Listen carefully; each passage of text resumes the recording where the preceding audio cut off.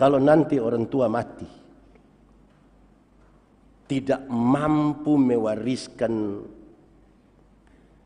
sertifikat tanah yang banyak, rumah, atau uang, ingat, wariskanlah nama baik. Kalau tidak mampu wariskan apa-apa, wariskan nama baik. Supaya ketika anak-anak ketemu dengan banyak orang setelah papa mati, anak-anak ketemu, orang tanya, kau bapak siapa? Siapa bapak itu Yandi. Bagus. Mantap. Tapi kalau orang tanya, kau bapak siapa? Siapa bapak itu Yandi. Oh, kok ada? Lebih baik dia mati daripada dia hidup. Itu nasihat. Amin kok. Yang berhikmat pasti ada moral, bertanggung jawab bagi dirinya, tapi juga bagi orang lain.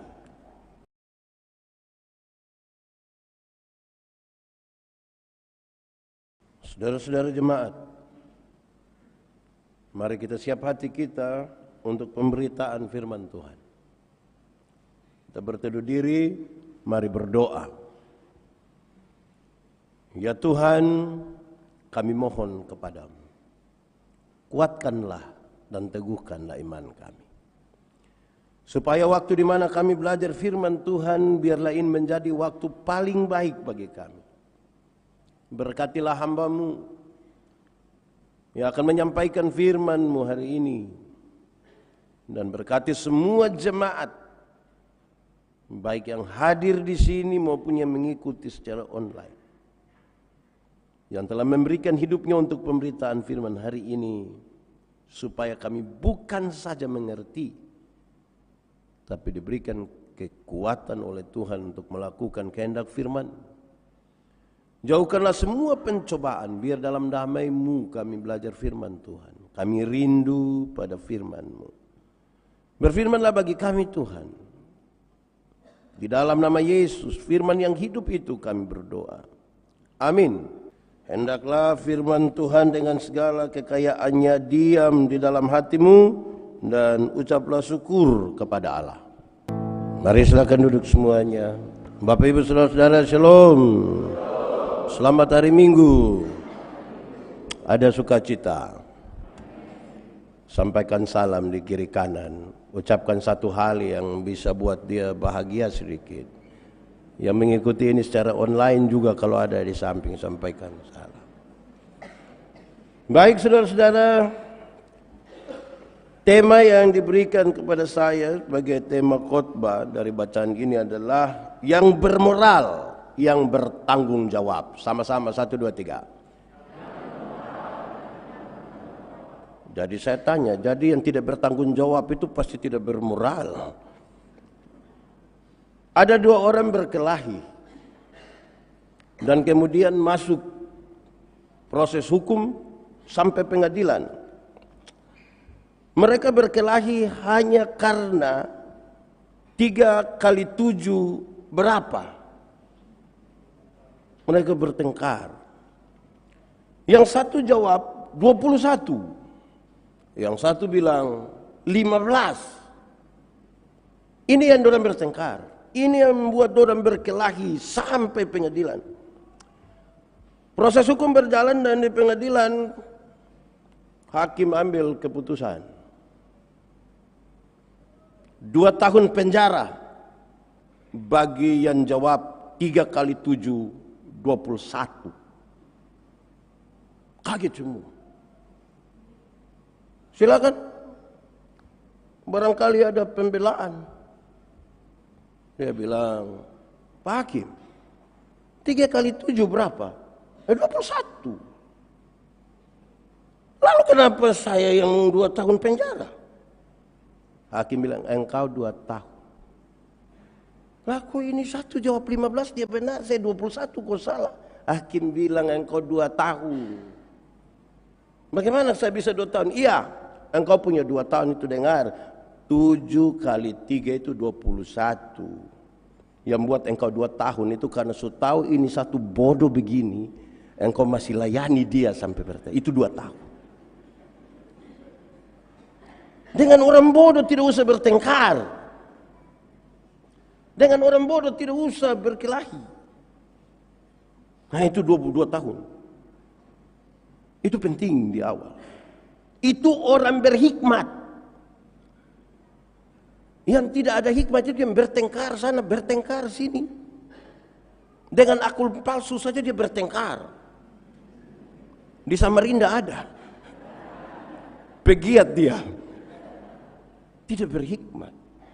Tidak berhikmat kalau semua persoalan keluarga ditaruh di media sosial. Tidak berhikmat. Ini FB Pro ini kadang-kadang bikin kacau. Ada ibu-ibu pagi-pagi, "Hai guys, waktunya menggoreng telur guys." Padahal dia dapur kotor. Tidak berhikmat. Saudara, Salomo menuliskan Amsal-Amsal ini. Di bagian pertama dari pembacaan ini menunjukkan tujuan-tujuan dari Amsal Salomo. Supaya orang berhikmat. Supaya orang menambah ilmu. Supaya pengertian itu ada. Kenapa? Hikmat itu tidak sama dengan kepintaran. Maaf. Pintar itu belum tentu berhikmat.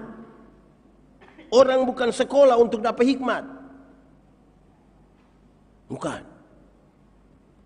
Hikmat adalah menggunakan segala sesuatu, kepintaran, talenta, apapun pada waktu yang tepat dengan cara yang tepat.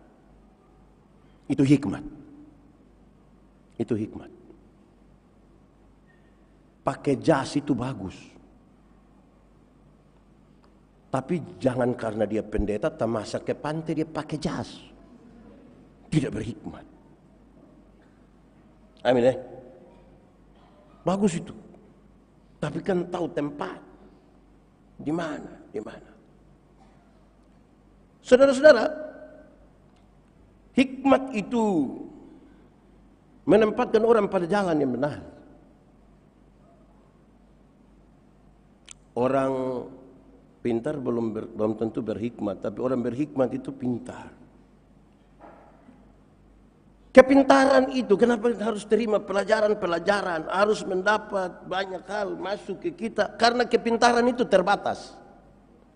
Pintar itu terbatas, makanya bisa dikejar. Bodoh itu yang tidak ada batas. Dia mengalir saja, mengalir saja. Makanya di Kupang kalau ada orang terlalu bodoh, orang biasa bilang, kau kalau bodoh ukur-ukur sedikit. Bagi-bagi itu bodoh itu biar orang lain. Jangan semua bodoh yang kau bawa, jangan gitu. Saudara, saya pikir memang betul kepintaran itu terbatas. Contoh, pendeta sakit dia pergi ke rumah sakit, kan di bagian umum dulu kan? Periksa-periksa orang bilang, pendeta ini berkaitan dengan THT. Jadi pendeta ke sana. Kita sampai di sana dia periksa-periksa, pendeta ini berkaitan dengan telinga. Jadi pendeta ke sana. Sampai di sana dia periksa, pendeta ini kaitan dengan telinga kiri. Jadi pendeta ke sana.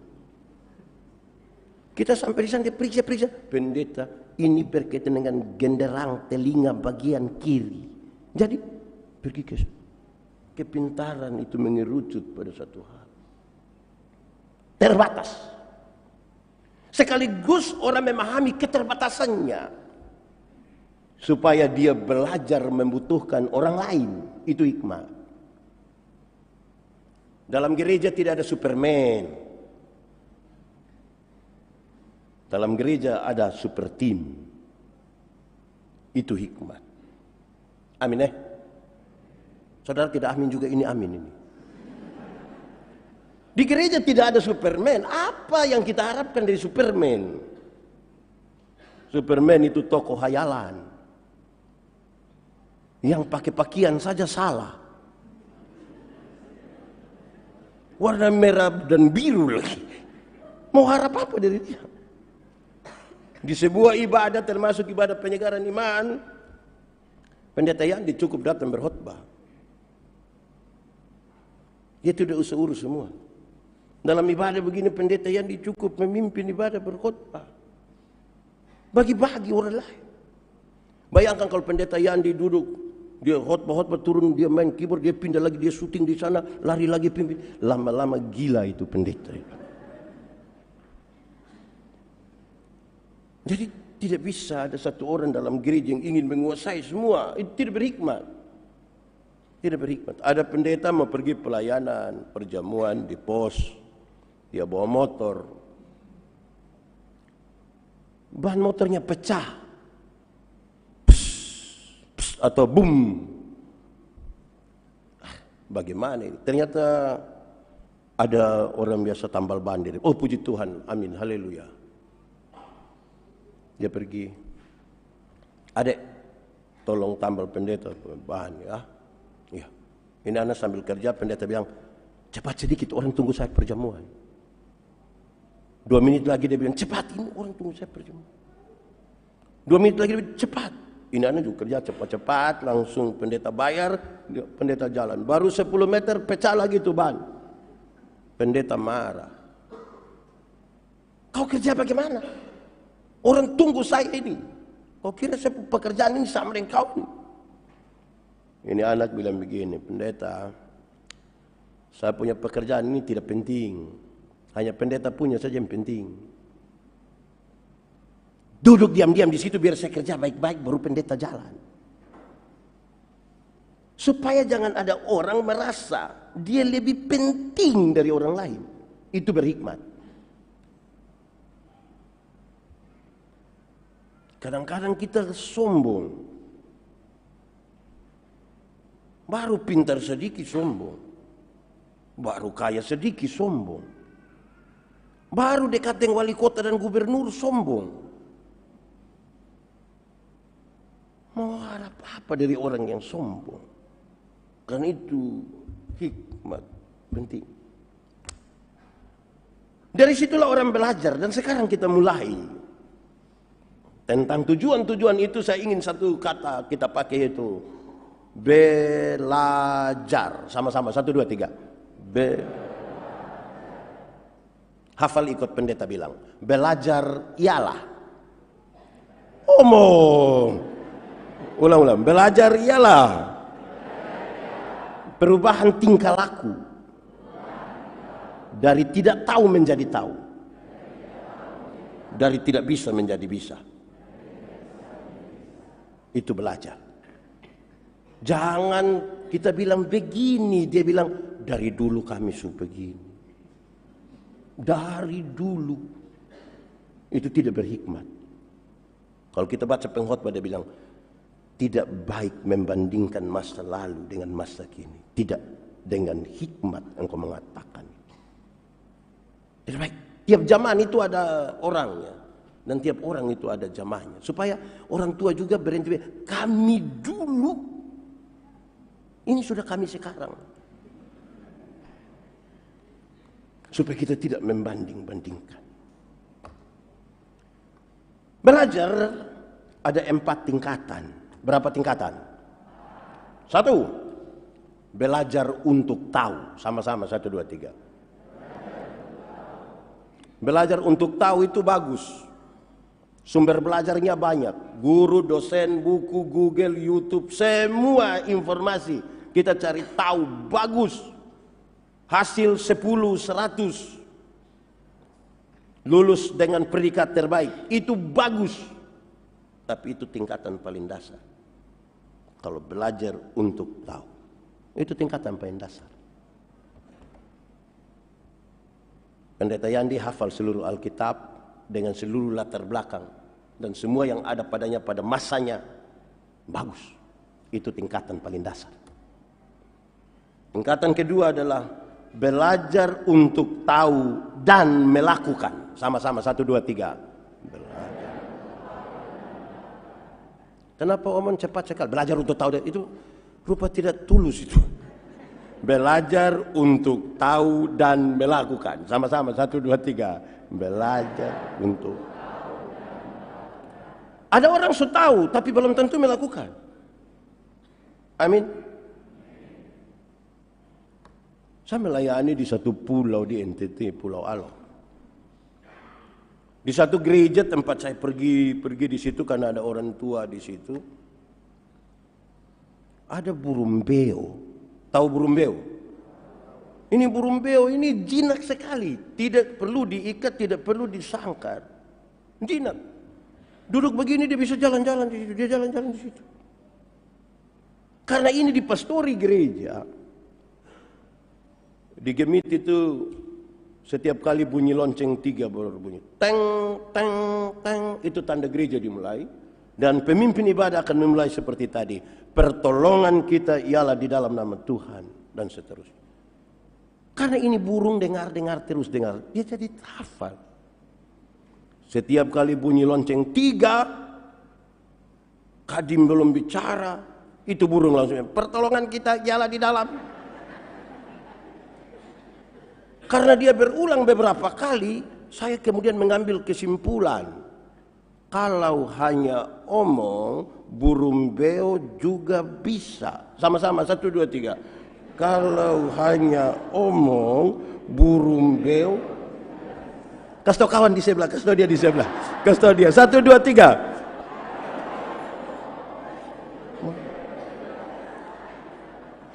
Saudara percaya kalau tidak, kalau manusia itu lebih hebat dari burung beo?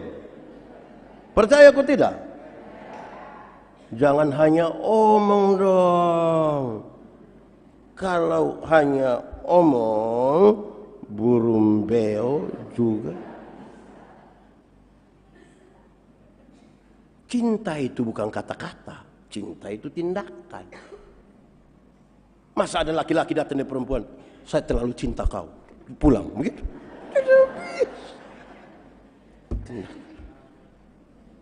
Ketiga, belajar untuk tahu, melakukan, dan hidup dengan orang lain. Sama-sama, 1, 2, 3. Belajar, melakukan, dan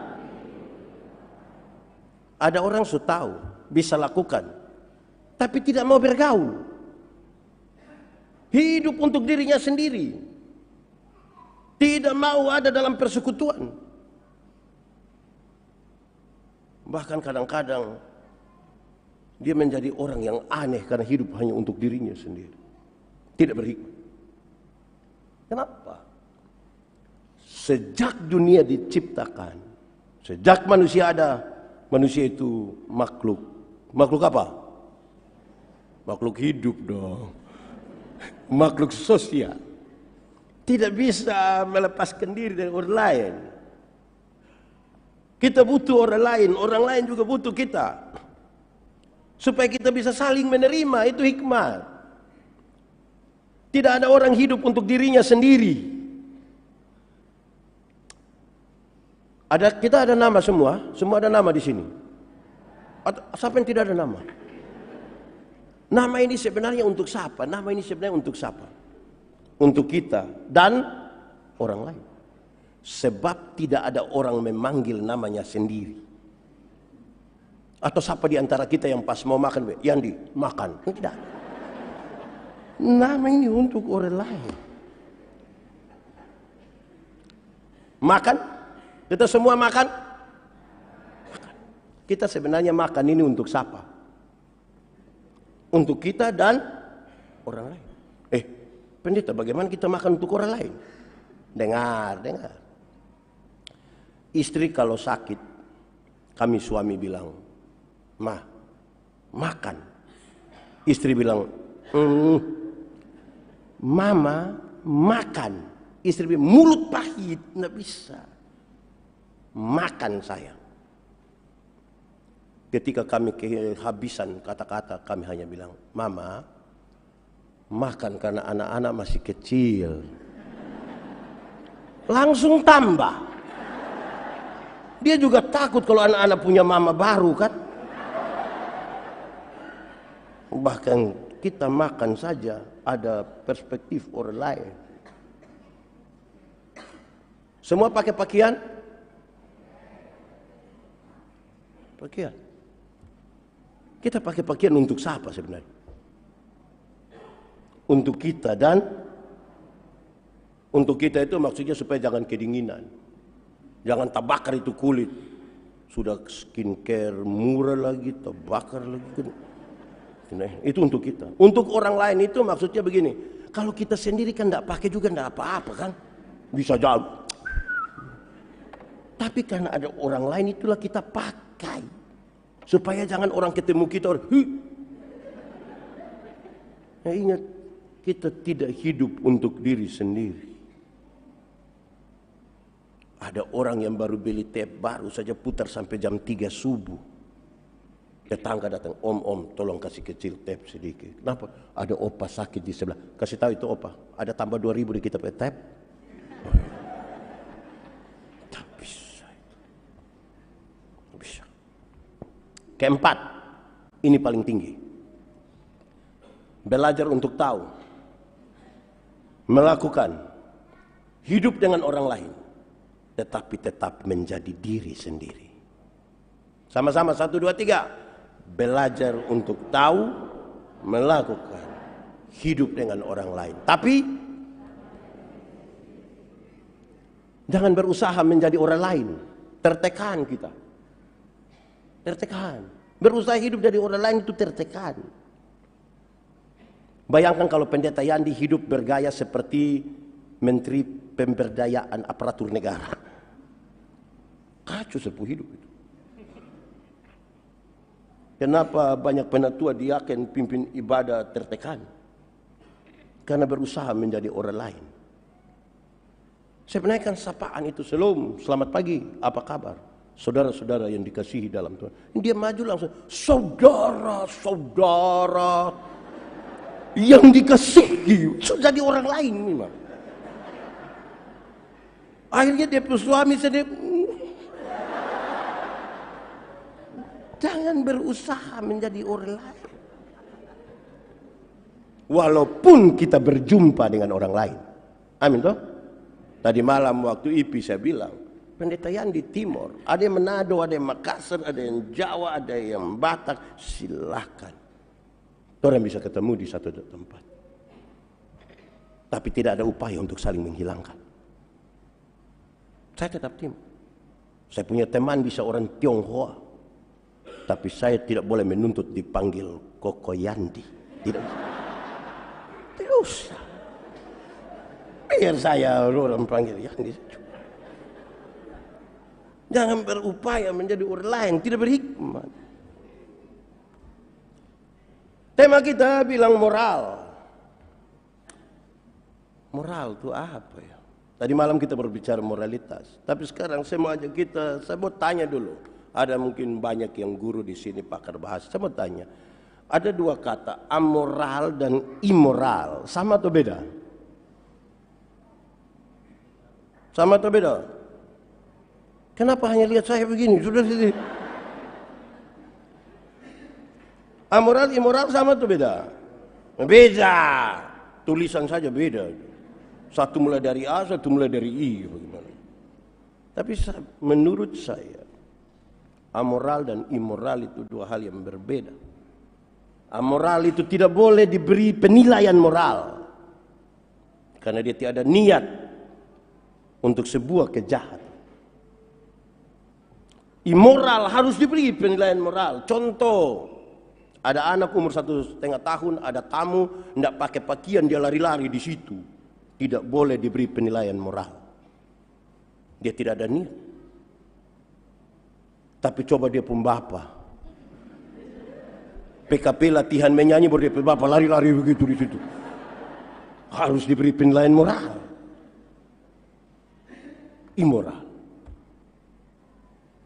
Tidak serta-merta orang yang bertato, ada indik berapa di sini, celana robek-robek, diberi penilaian moral.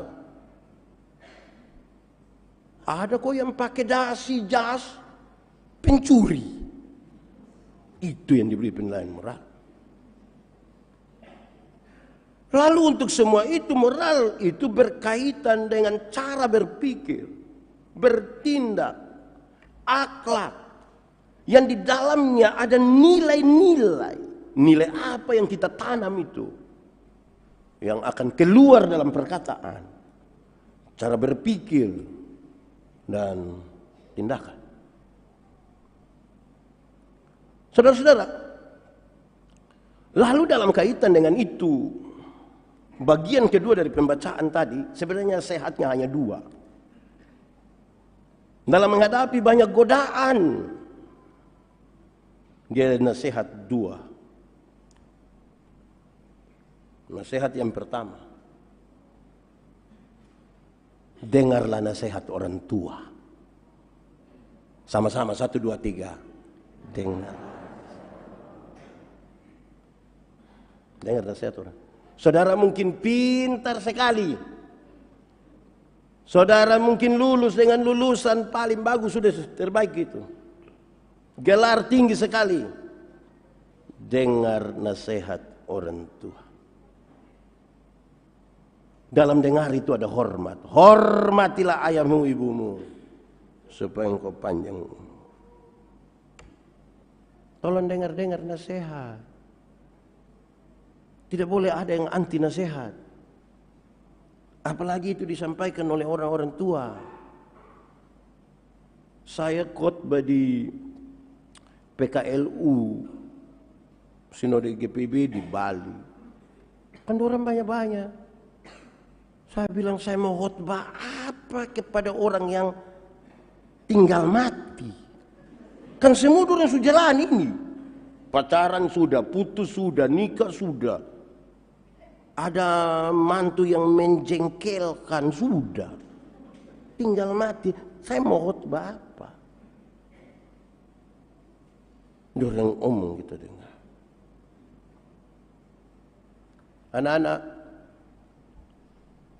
tolong dengar-dengar orang tua omong ya. Ada anak-anak sekarang ini kehilangan nilai.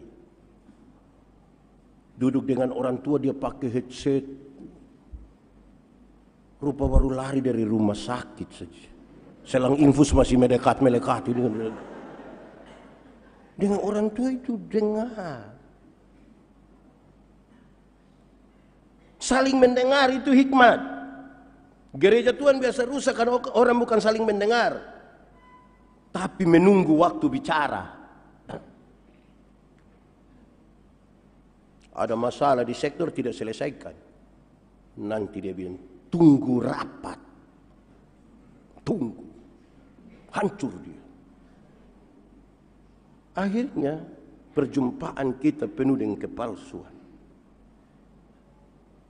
Karena itu mendengar. Dengar-dengarlah nasihat orang tua. Orang tua mencemaskan anak-anak. Karena itu namanya anak-anak, kamu sudah besar. Harapan dari orang tua itu gampang-gampang saja. Satu, anak-anak nikahlah dengan orang baik-baik ya. Kan orang tua harapan itu. Tidak ada orang tua bilang, anak tolong nikah dengan orang gila ya nak. Tidak. Nikahlah dia orang. Kedua, nak, ingat kakak adik jangan bertengkar ya. Kan begitu. Atau siapa orang tua yang nasihat bilang, anak, bilang kau pu istri racun itu anak mantu itu. Nggak ada. Kakak adik jangan. Jadi yang mantu-mantu dorang tolong jangan pergi bikin rusak orang keluarga yang ada baik-baik itu. Dengar nasihat. Bapak kalau sutua tolong urus ya. Iya. Mantap. Ketiga, orang tua nasihat. Anak, kamu susah bagaimanapun, rumah tua ini jangan jual di petugas koperasi anak. Kan dia nasihat itu. Karena ini papa mama punya keringat, ini kamu lahir besar di sini, ada banyak doa di sini. Kan nasihatannya begitu. Anak dong yang kurang perhatikan orang tua. Tapi orang tua pas sakit dia tiba-tiba sampai langsung bilang, sertifikat. Anak macam begini nanti ada kita. Di sini ada anak-anak suka tanya-tanya sertifikat. Siapa pun anak itu yang kemungkinan pengaruh dari dia punya istri atau suami itu. Dia tidak pernah telepon orang tua. Tapi orang tua mati baru dia telepon berulang-ulang. Jangan kubur dulu sebelum saya sampai. Wah, mau bikin takut siapa? Kubur saja, kasih tinggal dia. Anak yang dengar-dengar orang tua, ketika orang tua sudah sakit, orang tua dia urus, kemudian orang tua meninggal. Dia menangis tapi biasa saja. Pendeta pergi, yang kuat ya, dia bilang, kami sudah coba berikan yang terbaik, tapi selebihnya itu Tuhan. Biasa itu yang paling sedih itu yang tidak urus. Dia tidak urus orang tua, tapi dia punya kesedihan itu bertingkat-tingkat. Itu kalau ada pejabat penting datang, dia tambah sedih. Dramatis. Suruh diam, sudah ini tipu ini. Dia menangis lagi, tapi dia lihat amplop ada masuk atau tidak ini. Yang begitu. Dengar nasihat orang tua. Nasihat orang tua dong ini, dong banyak hal. Sudah anak-anak sudah bisa marah-marah di papa mama.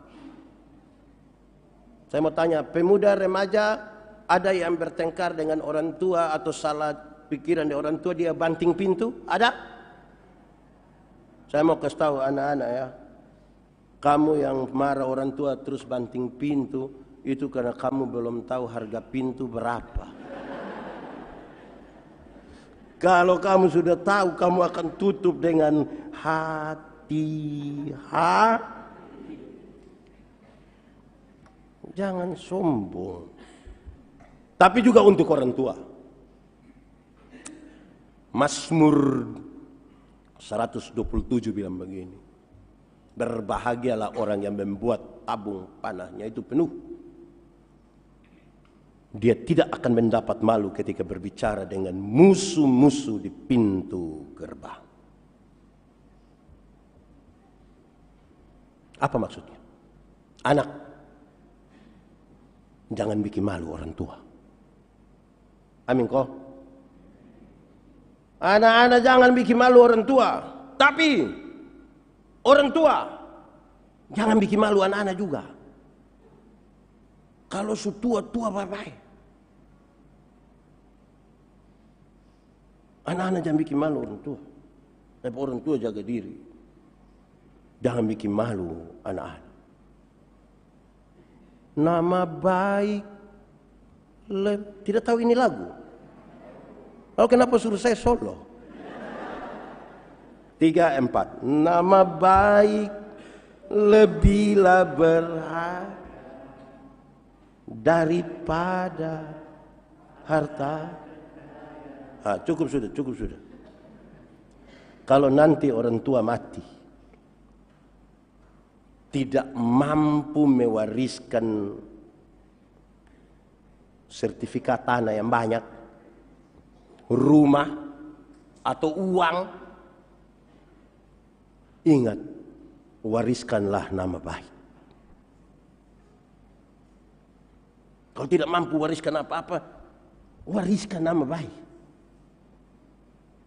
Supaya ketika anak-anak ketemu dengan banyak orang setelah papa mati, anak-anak ketemu orang tanya, kau bapak siapa? Siapa bapak itu Yandi. Bagus. Mantap. Tapi kalau orang tanya, kok bapak siapa? Siapa papa itu Yandi? Oh, kok ada? Lebih baik dia mati daripada dia hidup.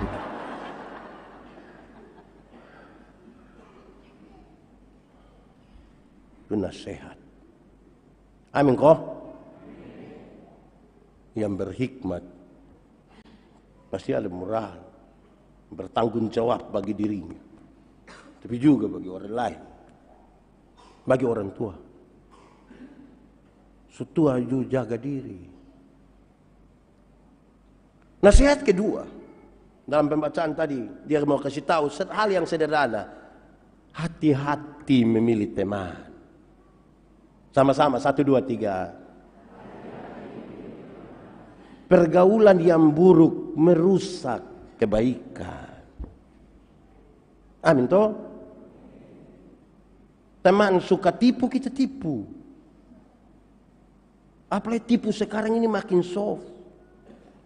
Posisi OTW. OTW dari Kupang. Itu yang soal pertemanan. Hati-hati memilih teman, toh. Teman itu seperti sekolah, bertingkat-tingkat pertemanan. SD, TK. Berteman waktu TK itu lari sama-sama. Ting, lompat sana, guling-guling di rumput sama-sama. Sebentar orang tua tanya, "Adek, itu adik pertama?" "Iya." "Dia nama siapa?" "Nggak tahu." TK itu. Kelihatan akrab tapi tidak saling mengenal. Paling banyak terjadi di media sosial. Saling like, saling komen, tapi ketemu tanpa sapaan. Semuanya memang. TK itu. SD sudah kenal nama. Kalau kami di kampung pergi ke sekolah baku tunggu. Ada yang jemput jalan kaki, sekolah pulang sama-sama, izin sama-sama.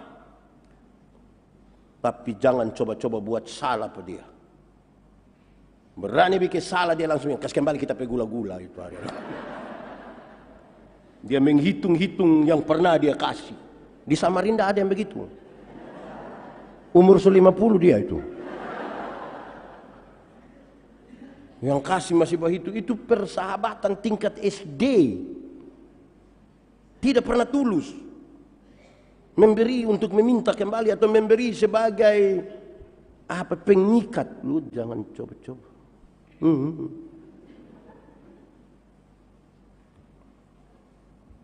SMP. Saya tidak tahu saudara-saudara sekolah di kota, kami di kampung itu. SMP, teman SMP yang baik itu kalau dia yang catat kasih kita, kerja PR kasih kita, itu teman paling baik, bestie itu. SMP. Jadi seperti asas manfaat saja. SMA. Anda hanya akan disebut teman yang baik kalau kasih pinjam motor.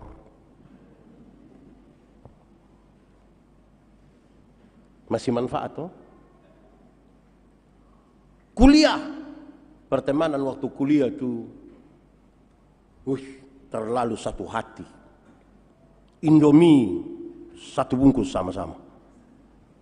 Kadang-kadang kita tukar baju. Teman bermasalah kita paling depan. Seperti satu hati sekali. Tapi setelah itu, ini paling dewasa. Setelah orang lulus kuliah, orang yang berteman itu memilih. Saya tidak setuju dengan engkau karena ini tidak benar. Saya begini. Ya tidak harus dukung kalau tidak benar. Itu hikmat. Tidak boleh, tidak semua teman itu dia omong betul.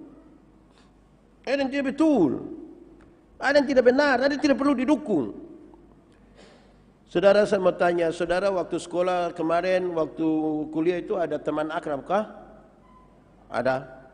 Kalau sudah menikah itu berubah.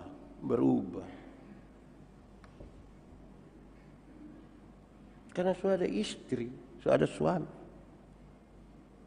Kami suami-suami, ada teman datang. Sudah lama berpisah. Mau ketemu. Yandi, ketemu. Oi, sabar. Saya kasih tahu istri. Takku istri. Tidak. Mau kasih tahu. Hargai. Mama, mau ketemu teman. Siapa? Teman. Oke. Baru sampai belum 30 menit HP bunyi. Tineneng, tineneng, tineneng, tineneng, tineneng. Ambil salah. Tidak ambil. Lebih salah. Waktu kita ambil, di Kupang itu hanya pakai 3 suku kata. Di, itu cek posisi. 2, deng, itu dengan siapa? Jangan-jangan mantan ada. Di, deng, pas kita sebut nama dia langsung tutup. Di, deng, langsung tutup. Tapi kekuatannya lebih dari bersedia siap pulang. Itu bijaksana. Bijaksana kan bukan SMA lagi toh. Anak SMA nih baru pulang sekolah sampai rumah jam 3, jam 4 mau kerja PR. Mau ketemu, kenapa tidak suruh teman kasih makan, masih pulang-pulang. Itu kalau kami suami. Istri sudah menikah. Ada pelayanan. Papa, pelayanan di gereja. Sampai belum 1 jam ada WA masuk. Teksnya sepotong saja. Tidur di situ. Mau suruh anak-anak antar bantal. Penuh sindiran. Pulang suami so bisu. Istri tanya, "Papa?" Marah.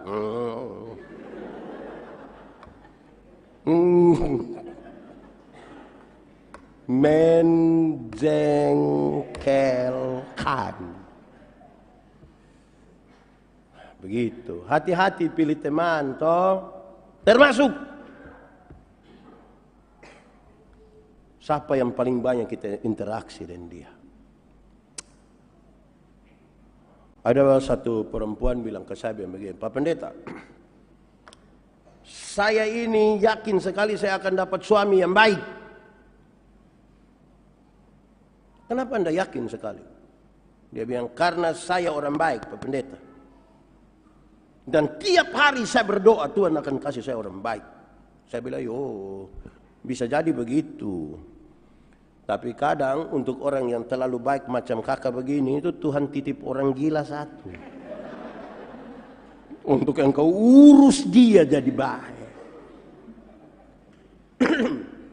Teman hidup kadang-kadang tidak sesuai dengan ekspektasi. Ada satu orang tua, dia di rumah sakit. Waktu menunjukkan hampir jam 12 siang. Perawat melihat bahwa orang tua ini sedikit gelisah. Perawat bilang, "Pak, saya lihat papa ini gelisah sekali." Dia bilang, "Sudah mau jam 12. Apa urusan jam 12? Jam 12 saya harus pergi ke rumah sakit jiwa." "Ada siapa di sana?" "Istri saya ada di sana." "Maaf Pak, istri Bapak punya gangguan jiwa." Lebih tepatnya disebut gila." "Pak, tapi kan Bapak harus jalani proses ini dulu." "Nah, saya sudah janji setiap jam 12 saya kasih makan dia di sana." Bicara. Beliau tetap mau pergi. Perawat bilang, "Pak, kan paling penting itu adalah ibu makan. Bapak bisa saja menyuruh orang lain pergi." Dia bilang, "Iya bisa, anak-anak banyak, cucu ada, tapi saya mau pergi sendiri, kan itu janji saya." Perawat coba bicara dan rupa-rupanya orang tua ini tetap bersikeras dia mau pergi. Perawat ini kemudian bilang begini, "Pak, minta maaf. Ibu kan gila. Bahkan ibu tidak kenal Bapak. Kan Bapak pasti bisa suruh orang. Intinya supaya ibu bisa makan. bapak ini sangat marah. Dan dia bilang begini, perawat, istri saya itu gila. Dan dia tidak kenal saya. Tapi saya tidak gila. Saya kenal dia. Itu hikmat. Itu tanggung jawab. Itu moral baik. Dia tidak kenal saya. Tapi saya kenal dia.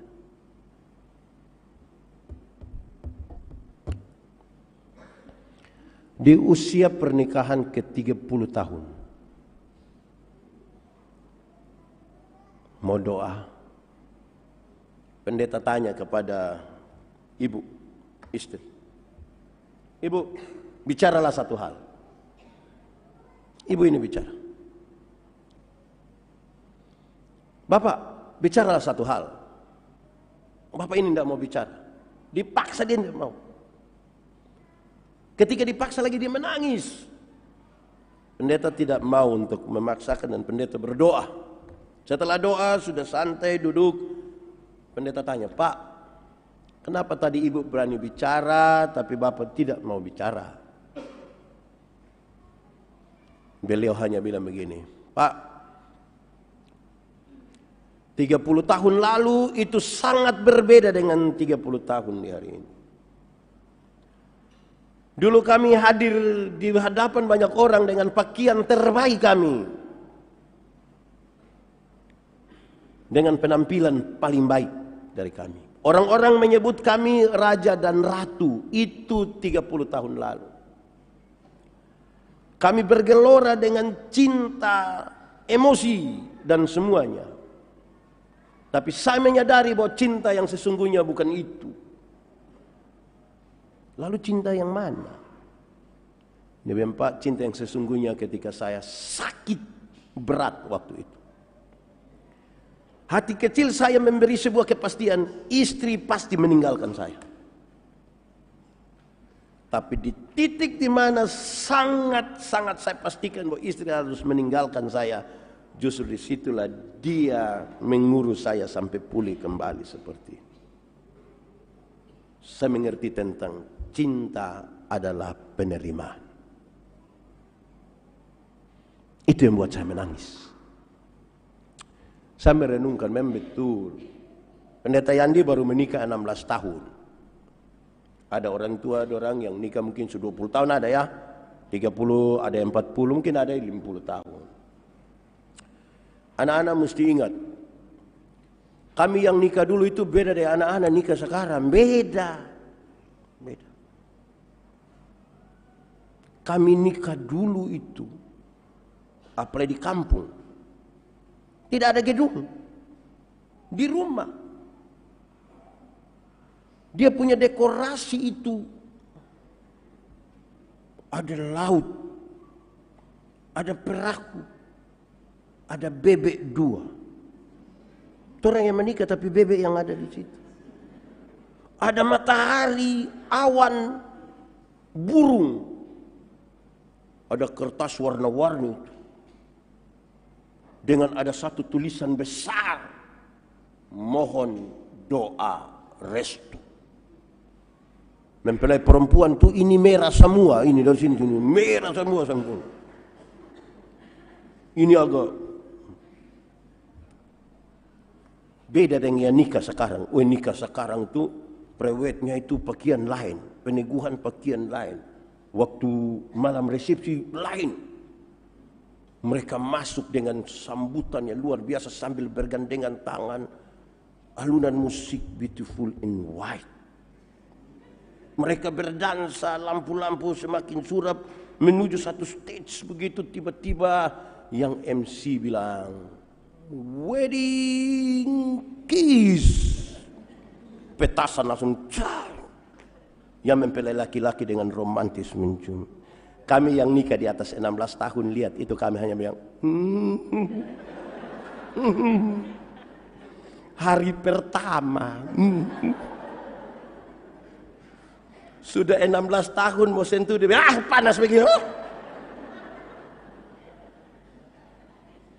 So 16 tahun itu tidak ada itu wedding kiss. Tinggal dia pepetasan. Hanya dengan tanggung jawab ada kesetiaan. Amin toh. Yang muda-muda itu jangan buru-buru menikah ya. Kamu tidak usah buru-buru menikah. Jodoh itu akan datang dengan sendirinya. Itu pun kalau dia tahu rumah. Yang dia penama bulan madu itu hanya 1 bulan. Masuk bulan kedua itu dia madu so habis. Itu tinggal dia pelebah. Hanya dengan tanggung jawab yang besar kita menjaga itu relasi. Dengan cinta yang sama, orang bisa saja harus berpisah untuk tugas, untuk pelayanan, tapi dengan cinta yang sama. Orang kalau berpacaran itu mau dekat terus.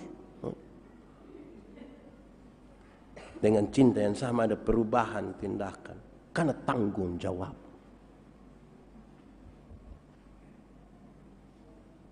Akan tiba waktunya seorang laki-laki meninggalkan ayah ibunya, itu berarti meninggalkan karena 2 alasan. Pertama, meninggalkan karena usia secukup. Karena usia itu mewakili semacam kedewasaan. Walaupun ada yang usia apa juga belum tentu dewasa juga. Masa umur 9 tahun langsung bilang, orang tua kita tinggalkan ya. Kedua, berani meninggalkan karena sudah ada pendapatan sebagai tanggung jawab. Kasih tahu yang muda-muda, sudah menikah itu cinta saja tidak cukup. Cinta saya tidak cukup. Tidak makan itu cinta, tidak. Siapa yang terlalu cinta, terlalu sayang DP istri, dia cari orang yang punya toko, dia bilang, tahu tidak, saya tidak tahu. Saya terlalu cinta, terlalu sayang saya punya istri dan anak. Kok? Iya. Terus minta susu 1 dos boleh? Tidak. Pakai bayar. Pakai bayar. Anak-anak nona-nona muda itu jangan terlalu percaya itu laki-laki punya les 1 di sini. Jangan terlalu percaya. Karena besok-besok bukan 1 les saja, semua kosong, semua tidak ada. Kerja. Di kampung itu saya suka bilang anak-anak muda, anak-anak muda dengar. Ya nona-nona, kalau engkau punya pacar itu tiap hari hanya mabok, judi, mabok, judi, mabok, judi, terus dia bikin status, semua akan indah pada waktunya. Putus sudah, putus. Karena anak begini ini hanya akan harap warisan.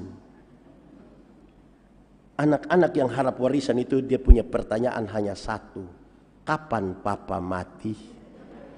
Bayangkan kalau tiap hari hanya tanya kapan papa mati, kapan papa mati. Lama-lama papa belum mati, dia sudah mati duluan. Coba kalau itu dia papa, baik ini dia doa untuk kita papa yang mati. Nah itu jadi bertanggung jawablah. Moral itu kan berkaitan dengan nilai, maka ada moral yang baik, ada moral yang tidak baik. Bagaimana menanamkan sesuatu yang baik dan kemudian tindakannya menjadi baik? Mulailah dari cara berpikir yang baik. Cara berpikir membentuk tindakan, tindakan berulang-ulang menjadi kebiasaan, kebiasaan menjadi budaya, dan budaya kemudian menjadi karakter. Mulailah dari berpikir yang baik. Mulailah dari berpikir yang positif, itu bijaksana.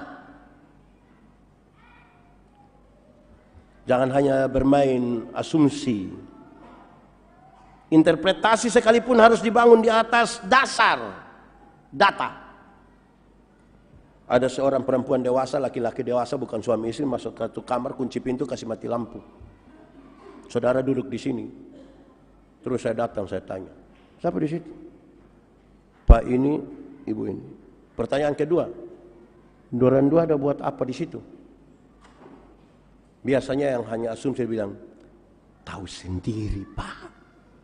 Tahu apa? Saya tidak tahu, kenapa suruh tahu Pak.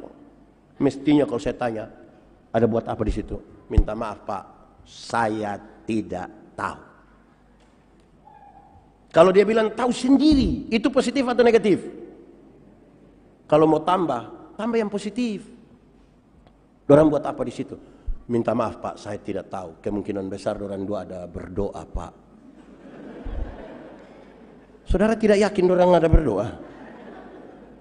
Cara berpikir saudara yang bermasalah itu. Ya, siapa tahu dorang ada berdoa.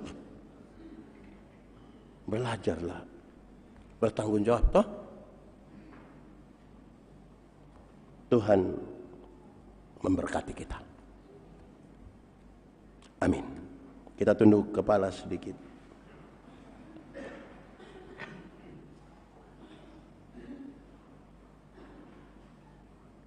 Terima kasih.